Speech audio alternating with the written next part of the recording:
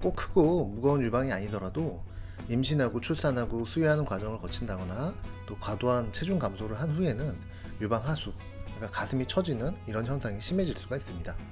상태가 아주 심하지 않으면 단단하게 지지해주는 속옷으로 어느 정도 겉모습이 커버가 되지만, 처짐이 어느 단계 이상으로 진행이 되면 속옷으로도 커버가 힘들어서 겉으로도 처짐이 확연히 드러나기 때문에 무의식적으로 자세가 구부정해지고, 이게 다시 또 가슴 처짐을 또 악화시키는 요인이 되기도 하고요. 얼굴이 아무리 앳되고 동안이라도 가슴 처짐이 있으면 나이가 들어 보이고 또 오태가 나질 않으니까 환자분들이 하시는 표현이죠. 특히 요즘처럼 나이 들어서도 자기 관리들을 열심히 하는 때는 이제 고민들을 더 많이 하시게 되죠.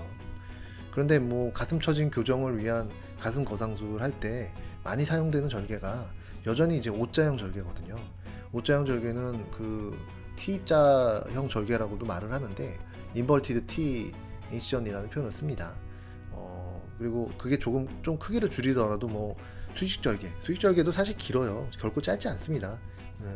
그렇게 긴 수직절개를 쓰는 경우가 대부분이다 보니까 거상술을 의사나 환자나 모두 이제 부담스러워하는 그 가장 큰 이유 중에 하나가 역시 크고 넓은 흉터가 되겠습니다. 그래서 아주 큰 가슴이 아니면, 그러니까 유방 축소를 메인으로 하는 이제 거상술이 아니면 대부분의 병원에서는 커다란 보형물을 빡 집어넣어서 거상 효과를 보게 만드는 그런 방법을 이제 권하게 되는데요. 그래서 보형물을 450cc, 400 몇십 cc, 500cc 이상 이렇게 크게 큰 보형물을 권하게 되는 거죠. 그러면 어쨌든 이런 거는 이게 처져 있는 유방 조직을 재배치를 해서 올려주는 것이 아니라서 커다란 보형물이 피부를 당겨 올리면서 생기는 이제 효과를 보려고 하는 거라서 일단은 효과가 좀 미약하고, 시간이 지남에 따라서 보형물이 크니까 오히려 가슴이 더 처지게 되는 그 가속 요인으로 작용할 가능성이 있습니다. 특히 가슴이 그렇게 작지 않은데 큰 보형물을 넣은 분들은 이런 처짐 현상을 좀 더 많이 보게 되고요.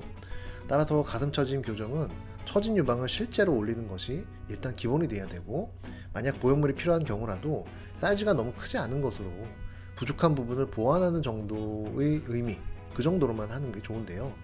그 가슴 확대 목적이 주가 되는 보형물 삽입 수술하고 가슴 처짐을 수술할 때 쓰는 보형물 삽입 수술은 사이즈가 완전히 다릅니다. 그래서 목적이 다른 거죠. 그래서 이 가슴 확대 목적이 주가 될 경우는 굉장히 크게 넣지만,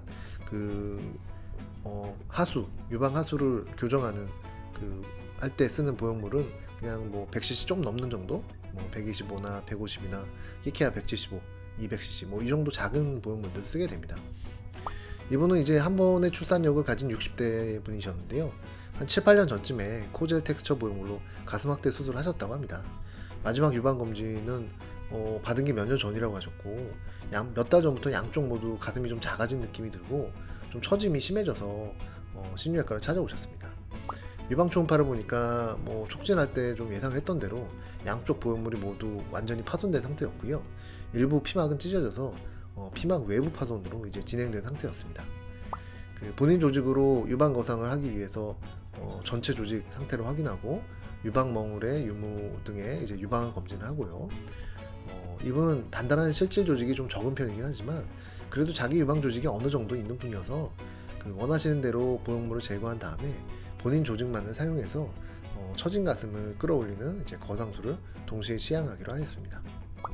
부분 마취를 하고요. 보형물 제거랑 가슴 거상술을 동시에 진행하기 위해서 이제 반다절개를 합니다. 반다절개는 유륜의 윗 절반 정도, 그때 그곳에 흔적이 남으면서도 이제 실질 조직을 재배치하는 그런 거상술이 가능한 방식이고요. 일단은 파손된 보형물을 먼저 제거하고 군데군데 두꺼워진 피막이 있어서 이제 그런 것들을 이제 최대한 제거합니다.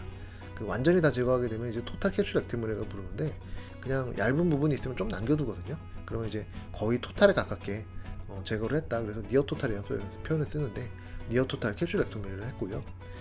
같이 보이는 조직은 처진 유방을 올리기 위해서 플랩을 이동할 때 이제 사용할 부분이 되겠습니다.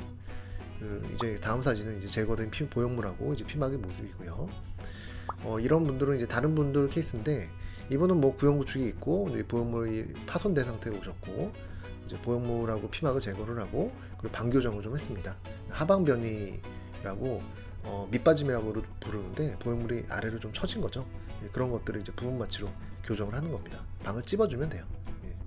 그리고 또 이분은 뭐 파손된 보형물하고 이제 피막을 제거하고 또 방교정을 하면서 처진 가슴을 거상술을 같이 하신 분이고요. 그 처진 가슴에 그 유방 조직을 재배치해서 올리는 거상술을 할 때 유방 볼륨이 좀 부족하다거나 또는 어느 정도 이상의 조금 큰 볼륨 또는 또 윗볼록이 있기를 원하시는 분들, 윗가슴을 좀 채우고 싶어 하시는 분들, 그런 경우는 이렇게 조그만 보형물을 넣어가지고 이제 보완을 해주는 경우도 있긴 있습니다. 봐주셔서 감사합니다. 여기까지 신유외과 신성호 원장이었습니다.